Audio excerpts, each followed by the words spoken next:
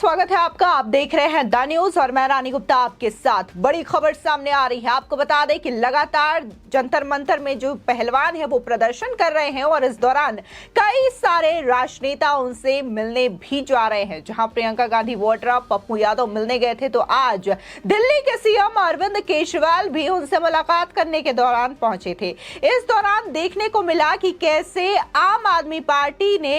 एक पत्रकार के साथ बदसलूकी की है। बता दें, दरअसल ये पत्रकार टाइम्स नव भारत का पत्रकार था, जिस न्यूज चैनल की बदौलत आज ऑपरेशन शीश महल का खुलासा हुआ और ये पता चल सका कि कैसे अरविंद केजरीवाल ने अपने महल को रिनोवेट करने के लिए 45 करोड़ रुपए, जो कि जनता के टैक्स के पैसे थे, उसको यूं पानी की तरह बहा दिया है। आपको बता दें कि जब पत्रकार के द्वारा ऑपरेशन शीश महल को लेकर के सवाल पूछा जाता है, तब अरविंद केजरीवाल तो पहले चुप्पी साध लेते हैं, फिर आपके कार्यकर्ता जो हैं वो पत्रकार के साथ बदसलूकी करते हैं और जब पत्रकार उस कार्यकर्ता को पकड़ने की कोशिश करता है, तो आम आदमी पार्टी के द्वारा महिला कार्यकर्ताओं को आगे कर दिया जाता है। बता दें कि इसको लेकर के जंतर मंतर में आज देखने को मिला कि कैसे अरविंद केजरीवाल, जो कि लगातार ये कहते हैं कि प्रधानमंत्री मोदी किसी भी मामले में नहीं बोलते हैं, जब उनके ऑपरेशन शीश महल को लेकर के ये खुलासा हुआ और पत्रकार उनसे सवाल पूछता है, तो कैसे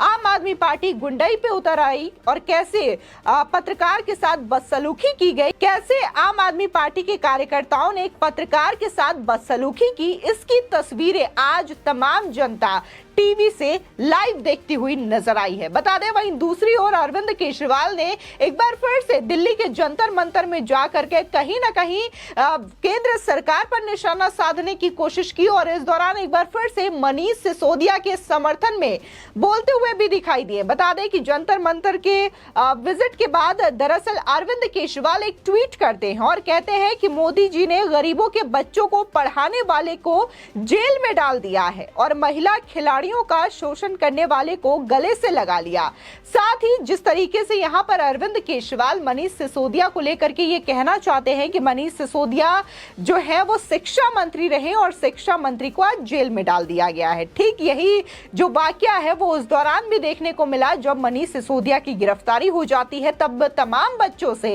ये जबरदस्ती लिखवाया जाता है कि Manish uncle I miss you, Manish uncle I love you, आप लौट आओ, आप कहां गए, ये तमाम चीजें लिखवाई गई थी। लेकिन बाद में ये सच्चाई सामने आती है कि जबरदस्ती उनके पेरेंट्स को, बच्चों को फोर्स किया जाता था कि आप ये चीजें लिख करके अपने बच्चों के साथ भेजें, इनका फोटोग्राफी होगा, वीडियोग्राफी होगा, यानी कि जबरदस्ती प्रेशर डाल के ये चीजें लिखवाई जा रही थी। एक बार फिर से अरविंद केजरीवाल ये साबित करने में लगे हुए हैं कि शिक्षा मंत्री को जेल में डाला गया है, लेकिन सच्चाई ये है कि वो शिक्षा घोटाले में नहीं बल्कि आबकारी घोटाले में जेल के सलाखों के पीछे है। उन पर आरोप ये लगा है कि उन्होंने नई आबकारी नीति के तहत घोटाला किया है और इसी के साथ ही जिस तरीके से जो चार्जशीट दायर की थी, इसमें कहा गया था कि मेन मास्टरमाइंड, मेन जो सूत्रधार है वो शराब घोटाला मामले के मनीष सिसोदिया है। आज तो ये बात कोर्ट भी मानती है और बकायदा कोर्ट ने कल ये कहा था सुनवाई के दौरान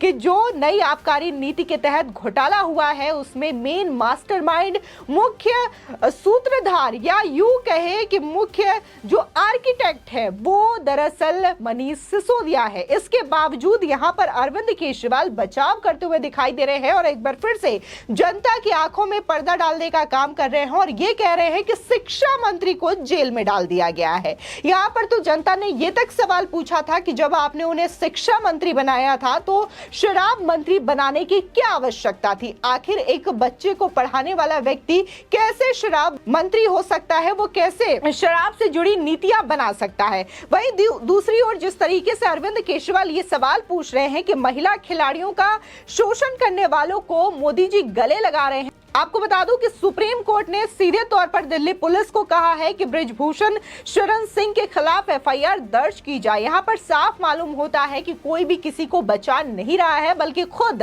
इसको लेकर के बृजभूषण शरण सिंह ने यह साफ तौर से कहा है कि यहां पर उद्योगपति और राजनेताओं का जो एक जमावड़ा हो रहा है उसकी वजह से ये धरना अब राजनीतिकरण हो रहा है और जिस तरीके से ये जो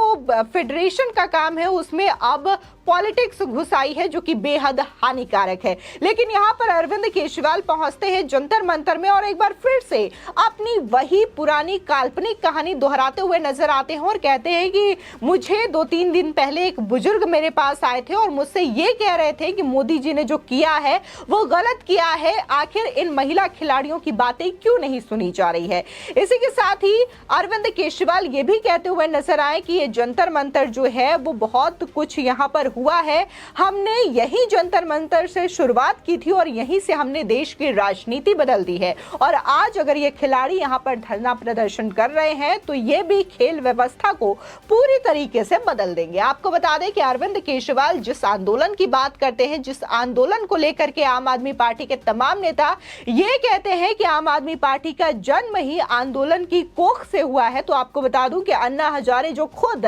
गुरु माना करते थे अरविंद केजरीवाल, जिन्हें उनका खुद कहना है कि आप तो कभी ये बोलते थे कि मैं राजनीति में नहीं आऊंगा, मैं कभी महंगी गाड़ियों में वीआईपी कल्चर को खत्म कर दूंगा, महंगे बंगलों नहीं लूंगा, ये तमाम चीजें बोलते थे, लेकिन आप तो इन्हीं चीजों का आजकल अनुपालन करते हुए दिखाई दे रहे हैं। जो व्यक्ति भ्रष्टाचार के खिलाफ लड़ने के लिए निकला था आज तो वो उसी में लिप्त होता हुआ नजर आ रहा है और उसके जो तमाम मंत्री हैं आज भ्रष्टाचार की वजह से, मनी लॉन्ड्रिंग की वजह से सलाखों के पीछे हैं, चाहे फिर वो सत्येंद्र जैन हो या फिर मनीष सिसोदिया हो। लेकिन अरविंद केजरीवाल इस तरीके से बात कर रहे हैं। वहीं जिस तरीके से आज ऑपरेशन शीश महल को लेकर के जब नव भारत टाइम्स के रिपोर्टर हिमांशु तिवारी के द्वारा सवाल पूछा जाता है तब अरविंद केजरीवाल चुप्पी साध लेते हैं। हालांकि कुछ दिनों पहले अरविंद केजरीवाल ने पहली प्रतिक्रिया जरूर दी थी जिसमें उन्होंने ट्वीट किया था, जो कि न्यूज नेशन का एक वीडियो था जिसमें कुछ 3-4 लोग थे।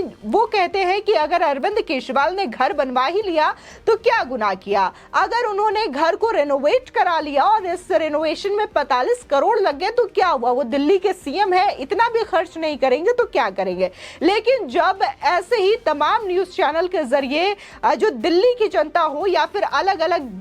अलग अलग जगह के देश भर की जनता हो, जब उनके लाइव प्रसारण दिखाए गए कि अरविंद केजरीवाल ने जो रिनोवेशन में 45 करोड़ रुपए खर्च किए हैं, इस पर आप क्या कहेंगे, तब तमाम लोगों ने इसको लेकर के सवाल उठाया था। और सबसे जो प्रमुख सवाल था वो ये था कि आप जब शीला दीक्षित 16 लाख रुपए खर्च करती हैं तो उन पर सवाल उठाते हैं और ये कहते हैं कि पूरी तरीके से मनी को वेस्ट किया जा रहा है, पैसों की बर्बादी है, लेकिन आप 45 करोड़ खर्च कर देते हैं तो इसे आप जायज ठहराने की कोशिश करते हैं, यानी कि आप यहां पर जस्टिफाई करते हुए नजर आ रहे हैं और इसके आड़ में जनता को आगे कर रहे हैं, जनता के पीछे छुप रहे हैं कि ये तो दिल्ली की जनता का जवाब है। यानी कि आप खुद इस बात को मानते हैं कि आपके रेनोवेशन में 45 करोड़ रुपए लगे हैं और वो भी उस दौरान लगे हैं जब देश भर की जनता कोविड की वजह से परेशान थी, देश भर की जनता को न तो दवाइयां मिल पा रही थी न तो राशन मिल पा रहा था, तब अरविंद केजरीवाल अपने घर का रेनोवेशन करवा रहे थे। बता दें कि लगातार ऑपरेशन शीश महल को लेकर के एक से बड़े एक खुलासे हो रहे हैं, चाहे फिर घर के पर्दे को लेकर के हो, घर के इंटीरियर को लेकर के हो या फिर किचन या फिर टॉयलेट कमोड, ये तमाम चीजों को लेकर के बड़े बड़े खुलासे हो रहे हैं जो कि अपने आप में चौंकाते हैं। इसी के साथ ही जो आंकड़ा पेश किया गया है टेंडर के अकॉर्डिंग कि कैसे जो टेंडर है वो करीब 10 करोड़ से कम ही रखा गया है ताकि ये टेंडर पब्लिकली ना जाए और लोगों को पता तक ना चले,